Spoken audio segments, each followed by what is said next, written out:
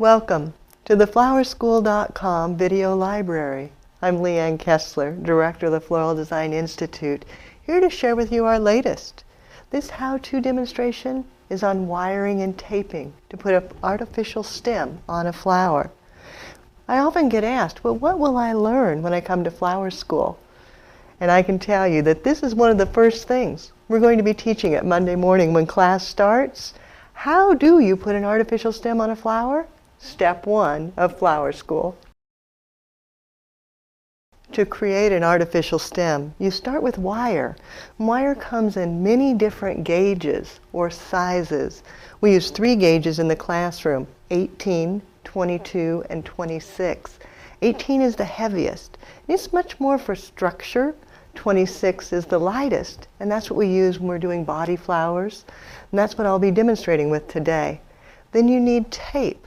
And it's not a waterproof sticky tape. It's a wax tape. And it doesn't stick to anything except itself. One of the first things we'll do in the classroom is have you touch it, feel it, stretch it, and see how well it expands. And then tear it. When you pull it straight out, it tears easily. But if you try to tear it down, it doesn't. It's too strong. It may shred, but it doesn't really tear. You got to go straight out. So that's kind of a fun little exercise we do in the classroom is stretch it, tear it, and see how it works.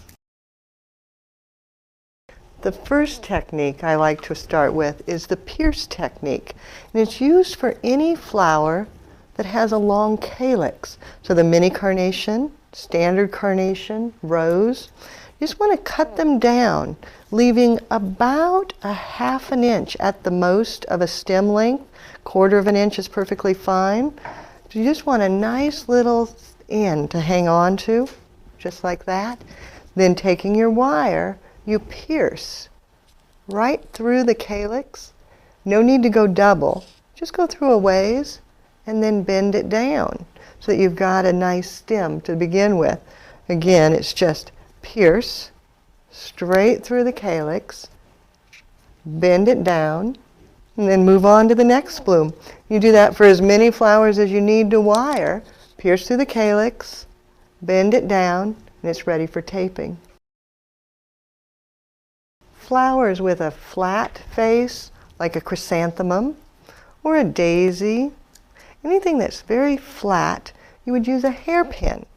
Again, you cut it down, leaving 1/4 to a ½ an inch of stem, and then take your wire and fold it into a hairpin. Again, not half, but some, maybe a couple of inches. So you've got a nice hairpin, and then feeding it through the center. Just feeding it straight down through. And then after it's in, you can pull it from the bottom till it just disappears. Don't want to pull it all the way through. So again, it's a hairpin,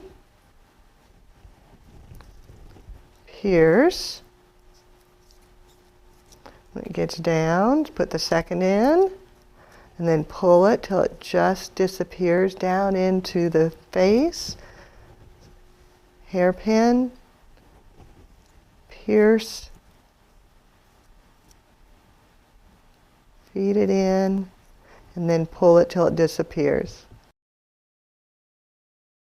Some things don't have a long calyx, so you can't do pierce, nor do they have a flat face, so you can't do hairpin.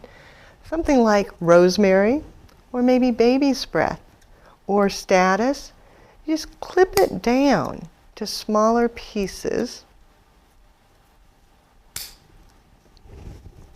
and then gather them together in your hand, stripping off the lower needles so you've got some bare stem, and then clustering it,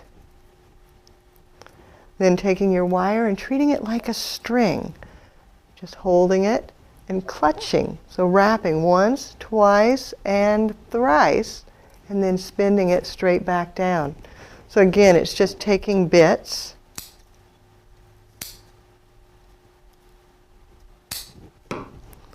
cleaning up the lower end,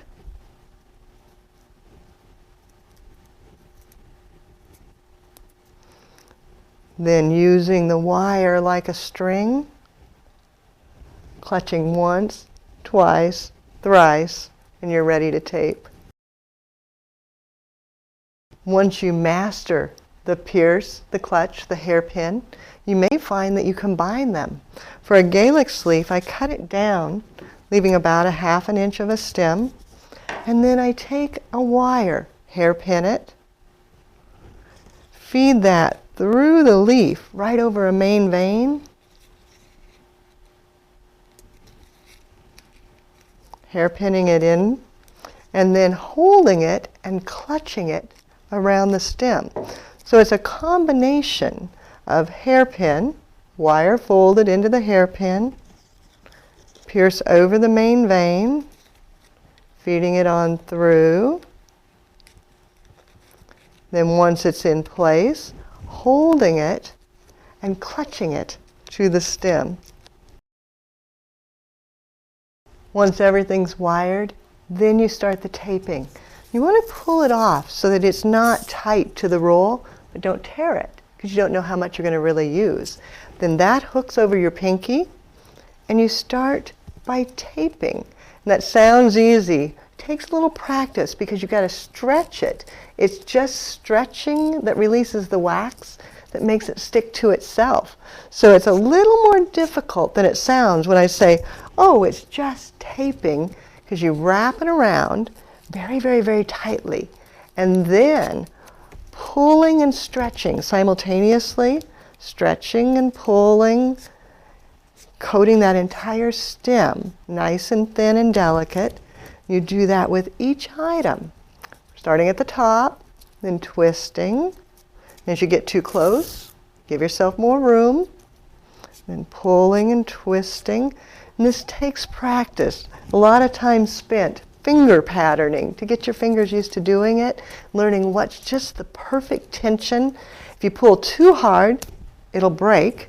If you don't pull hard enough, it will be too thick and heavy. So you want it to be just perfect. Now you'll notice as I work, never, ever, ever do I pick up my scissors. I just tape, pulling and stretching, and then when I get it down as far as I want, I tear.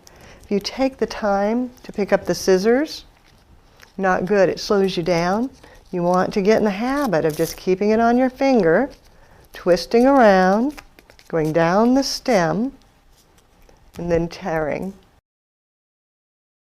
Once all the pieces are prepared, then you can make a corsage or a boutonniere or a nosegay. For this exercise, I'm just going to do a nosegay, clustering things together, maybe doing 3 of the palms to begin with, and then a mini carnation, and another,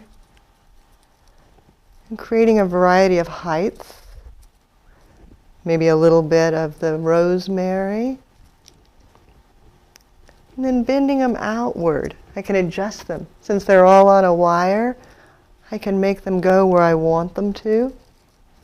A little more rosemary. And then to finish it, just creating a collar with the calyx, and everything's on a wire, so I can just feed it into my fingers. And then if I want to move something, I can just adjust it a little bit, pulling the wire, and hold it tightly with all the leaves and flowers at the top, bare stems on the bottom. To hold it in place, just a nice tack of the tape right around the neck. To finish it off more like a nosegay, I would fluff out all of these wires so that they're a little bit more separated, and then cut them. You don't need them to be this long, and I want to remove any area that has wire showing. So I'd go through and clip those all out. And I'm also going to tie a ribbon around it. So just taking a bit of ribbon, giving it a cut, and then right around the neck. Just bring it, wrap it around where I taped, back around, tie it in a knot, and another knot to make sure it doesn't let go, and then a bow just to make it be pretty. Leave the streamers to hang down.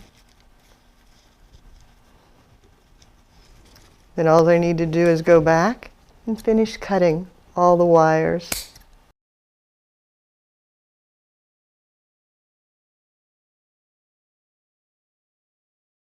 Wiring and taping. One of the basic mechanics that you learn in floral design. If you're joining me for flower school, you have a preview. You can practice at home and astound me with your skills. Or just wait and come in and we'll do it in the classroom. It's so much easier that way with me standing right beside you. For more fun, if you want to learn how to make a bow, if you want to see some other mechanic techniques, check out our website. At flowerschool.com, we have a fabulous video library. If you have questions, if you want to know a little more about it, don't hesitate to contact us. You can reach us through the website, or you can call us on the telephone at 1-800-819-8089. If it's easier, don't hesitate to use email. My personal email is Leanne, Leanne, at floraldesigninstitute.com. Now it's your turn. Get yourself some tape, a little bit of wire, some few flowers, and experiment. Don't be frustrated if it's hard at first. After you do a few 500, 600, 700, just a few, it'll get so easy.